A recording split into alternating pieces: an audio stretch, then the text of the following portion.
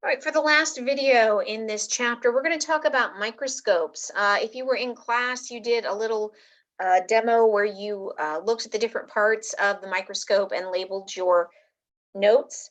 So this is what you should have had. So pause, take a second, and you're going to pause the video and you're going to write these labels in. So go ahead and do that now. Pause the video, write in your labels. All right, welcome back.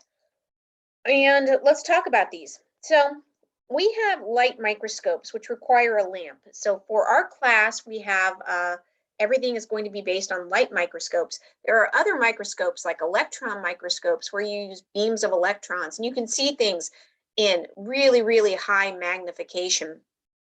And there's two terms we're going to talk about with microscopes. One is magnification.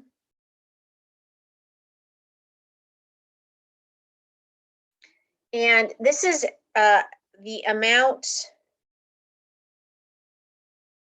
by which a microscope, I'm just going to say scope, magnifies. So for our light microscopes, we have, they can go times 40, times 100, or times 400. When you get into electron microscopes, they can go into the millions of magnification. The other thing with a microscope that you have is resolution.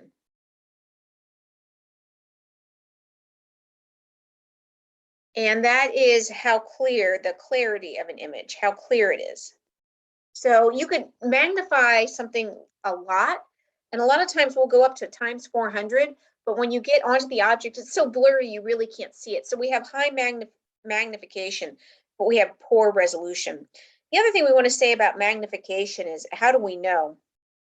We put our sample on this stage, usually on a slide, and this has stage clips. These are also called slide clips. And I'll probably more often refer to them as slide clips. So let's just change that.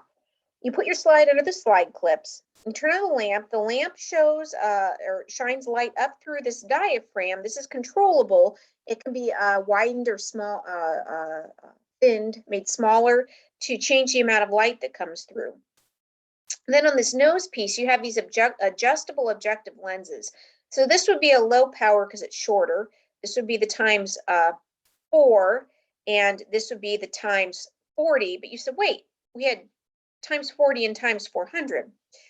When you look through the eyepiece has a lens. So we have a lens here, and in our microscopes, this lens is times 10. This low objective lens, let's add low out here, is times 4. This high objective lens is times 40. To get your magnification, you multiply the eyepiece lens by your objective lens.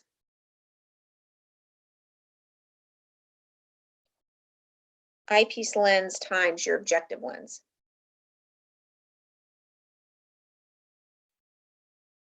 And that's how we get the times 40. This one's going to be times 10, so that's going to be times 100 total. And then this would be the times 400. You want to start off on the lowest. So when we talk about usage, the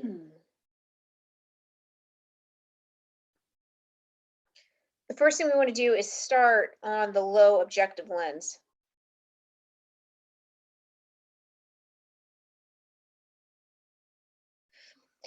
And you're going to have to focus your microscope. So with this lens down, right now we've got the high, you turn your nose piece and get that low lens there. You're going to first turn the coarse focus.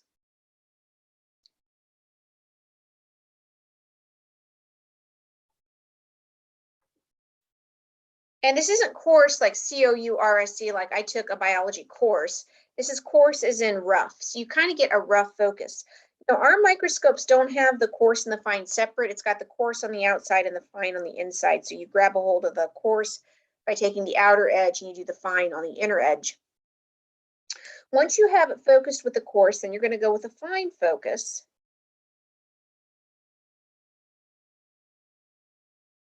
Focus with the fine focus.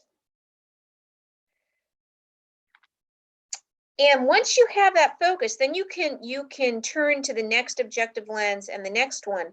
But past that point, so let's see, you could use higher objective lenses. But you don't want to use the coarse focus again, or you could jam the end of that lens down into the slide because they're going to be very close at that point. So in all caps, we're going to say only use the fine focus. And that's the biggest mistake I see students make is they will have everything focused. They'll flip their lenses up, but once they get up to the ×10 or the ×40, they'll go back to that coarse focus and they'll just mash that lens down onto the slide, and it can crack both the slide and the lens. And so you have to be careful. So you really do want to make sure that once you're on these higher lenses, you're only using your fine focus. The other thing we're going to look at is how do we make a slide? So if you want to make a wet mount slide, a wet mount slide is a slide that has something in water. Let's go with purple.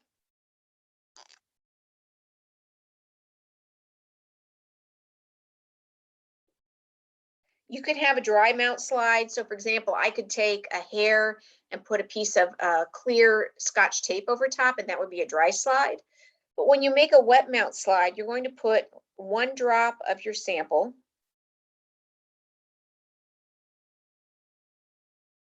So that's the first step. And then you're going to have to cover it with a cover slip because you don't want these getting into liquid. So you're going to drop a cover slip over your liquid sample, over your sample. And in lab, I'm going to show you how to do this. We'll be making wet mount slides in lab and then looking at the samples and then under the microscope. So you have to have a way to cover that. You can't just put a slide with water on it under. You have to cover it with a cover slip. Then we'll get into more detail with this in lab. All right, so our takeaways. You should have down the different parts of the microscope so that when I tell you, when we carry them, here's another thing I forgot to mention. So when we carry a microscope, you want one hand under the base, one hand under the base, and the other you want to hold the arm.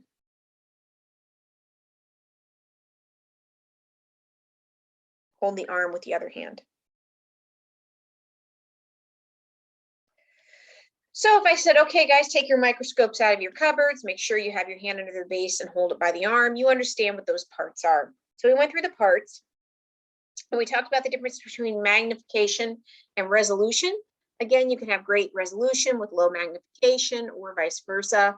We talked about some of the usage. Once you're using these higher objective lenses, make sure you are not going back and trying to coarse focus.